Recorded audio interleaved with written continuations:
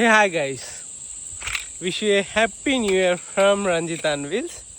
So ఈ సంవత్సరం అయితే నా డ్రీమ్ ఏదైతే నేను అనుకున్నానో అదైతే కంప్లీట్ చేసి ఇక్కడ వరకు అయితే వచ్చాను ఆస్ట్రేలియాకి. అండ్ ఇప్పుడు 2025లోకి అయితే అడుగు పెట్టినాము. ప్రతి సంవత్సరం ఏదో ఒకటి కోల్పోయే మళ్ళీ కొత్త దానిలోకి కొత్త ఆశతో వెళ్తాము. సో ఈసారి నేను సక్సెస్ అచీవ్ అయ్యి ఇక్కడికి వచ్చేసాను. అండ్ ఇప్పుడు ఈ యొక్క 2025లో నా ప్లాన్ ఏంటనంటే న్యూజిలాండ్ అయితే ఒక 2 months టోటల్గా ఎక్స్ప్లోర్ చేసి ఆ తర్వాత మన థర్డ్ కాంటినెంట్ అయినా మనము ఇండియా టు ఆస్ట్రేలియా ఎందుకనంటే ఏషియా కంప్లీట్ చేసుకొని ఆస్ట్రేలియా సెకండ్ కాంటినెంట్లోకి వచ్చినాం. న్యూజిలాండ్ కంప్లీట్ చేస్తే సెకండ్ కాంటినెంట్ కంప్లీట్ అయినట్టే. ఆ తర్వాత నెక్స్ట్ మిడిల్ ఈస్ట్ ఏషియా నుండి యూరోప్ కంట్రీ కంప్లీట్ చేయాలి.